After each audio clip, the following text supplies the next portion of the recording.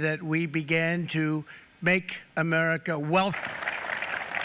So, if you look at that, China, first row, China, 67%, that's tariffs.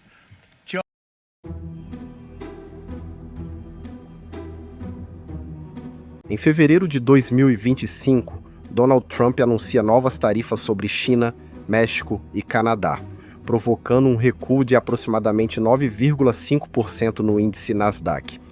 As previsões de produto interno bruto para Canadá, México e Estados Unidos também caem. No artigo sob o título "Trump começou outra guerra comercial. Aqui está uma linha do tempo de como chegamos aqui", é traçado um histórico que culmina nesse novo período da tensão comercial, evidenciando como as decisões políticas e econômicas tomadas ao longo dos meses preparam o terreno para a atual incerteza global. Na análise temporal da política tarifária, o texto destaca que Trump não é estranho a tarifas. Ele também lançou uma guerra comercial durante seu primeiro mandato, mas tem planos mais abrangentes agora. Economistas enfatizam que podem haver consequências maiores para empresas e economias em todo o mundo desta vez, e que preços mais altos provavelmente deixarão os consumidores pagando a conta.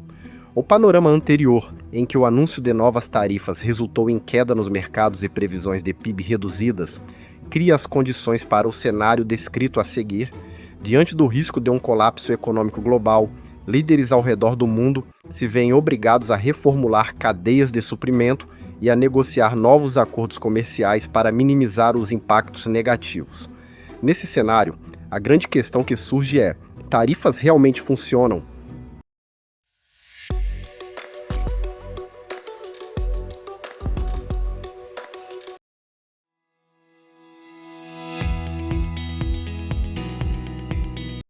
Para entender a aplicação de tarifas hoje, precisamos voltar a 1789, quando os Estados Unidos ainda buscavam solidez como nação.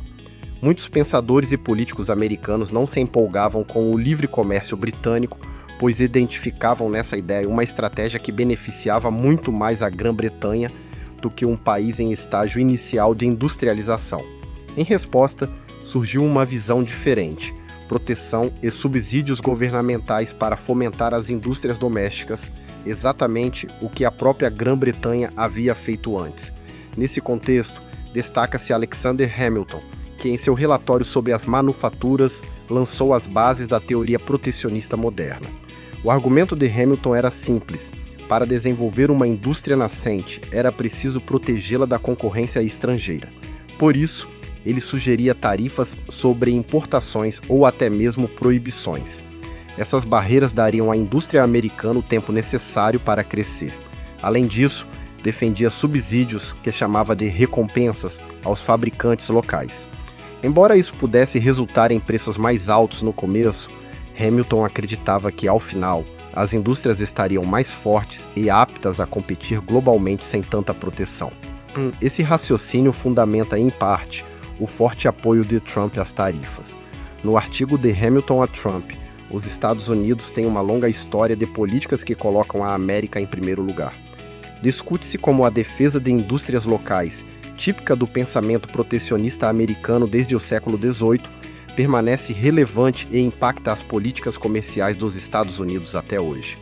A reconstrução histórica das tarifas, que demonstra como elas exerceram um papel essencial no fomento à indústria e na própria arrecadação do governo americano, ajuda a entender por que Trump e seus assessores idealizam o período pré-1913 como uma era de ouro. Nesse contexto, as ideias de proteção às indústrias locais, originalmente propostas por Alexander Hamilton, reforçam a visão de que o desenvolvimento industrial dos Estados Unidos ocorreu justamente pela barreira à concorrência estrangeira. Mas será que as tarifas ainda funcionam num mundo globalizado, marcado por cadeias produtivas complexas e altamente interconectadas?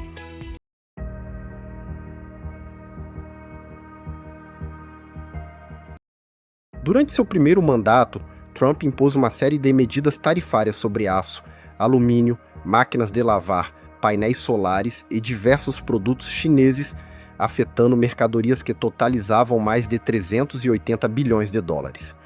A retórica oficial defendia a proteção de setores estratégicos e a priorização da indústria americana. Um exemplo marcante é o aço. Em março de 2018, Trump anunciou uma tarifa de 25% para o aço importado, medida que deveria beneficiar trabalhadores americanos. Os Estados Unidos são o quarto maior produtor mundial de aço e, com a concorrência estrangeira encarecida, esperava-se um impulso às siderúrgicas nacionais. Num primeiro momento, houve sinais positivos. Entre 2017 e 2021, a produção de aço nos Estados Unidos cresceu 5,1%, e o setor adicionou cerca de 5.400 postos de trabalho, alta de 6%. Porém, 5.400 vagas mal aparecem nas estatísticas de uma indústria que emprega milhões de pessoas. Além disso, as tarifas aumentam custos. Durante o governo Trump, o preço do aço subiu 2,4%. Máquinas de lavar, outro alvo de tarifas, chegaram a ter alta de 12% em apenas um ano.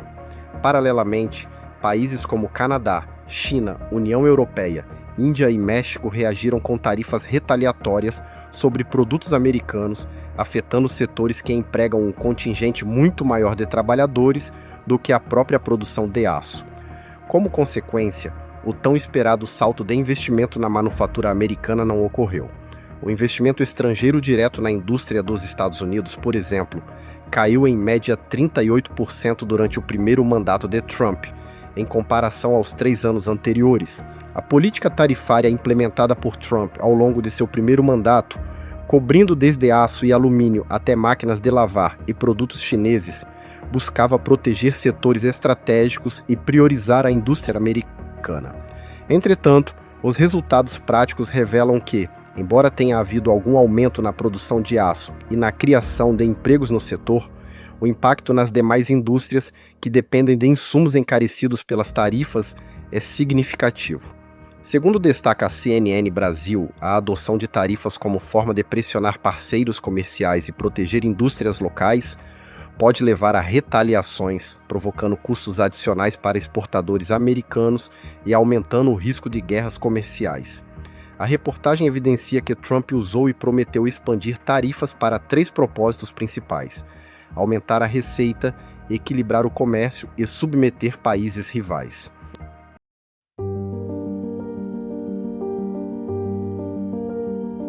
A adesão da China à Organização Mundial do Comércio, em 2001, redesenhou o comércio internacional ao oferecer ao mercado global produtos mais baratos, levando muitos empregos de manufatura para fora dos Estados Unidos.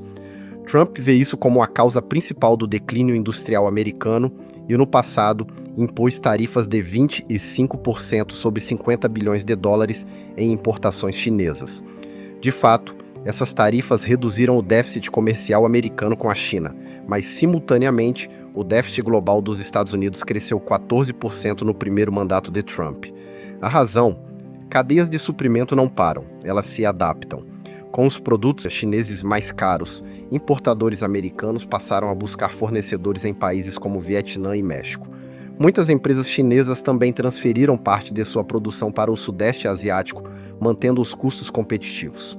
Assim, o fluxo comercial apenas se desviou para novas rotas.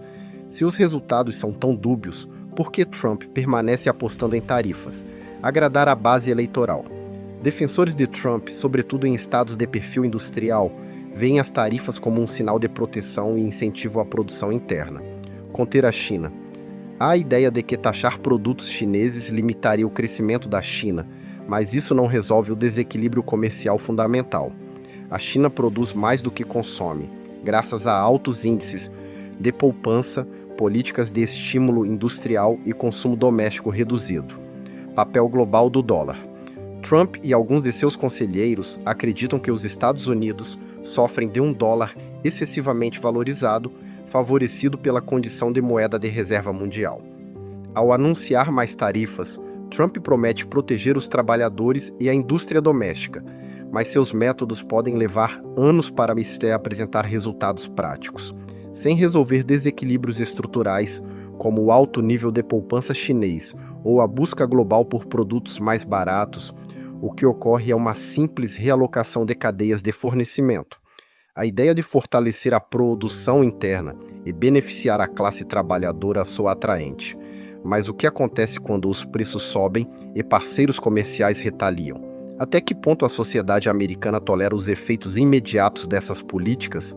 E, em 4 anos, será que os Estados Unidos estarão mais isolados, tendo apenas o homem das tarifas como seu principal aliado? Essas são perguntas que permanecem sem resposta. Mas, para muitos analistas, está claro que a solução não passa apenas por impor tarifas e esperar que o resto do mundo se adapte de forma favorável aos Estados Unidos. Gostou do vídeo? Deixe seu like, inscreva-se no canal e comente aqui o que você acha sobre as tarifas. Sua participação faz toda a diferença.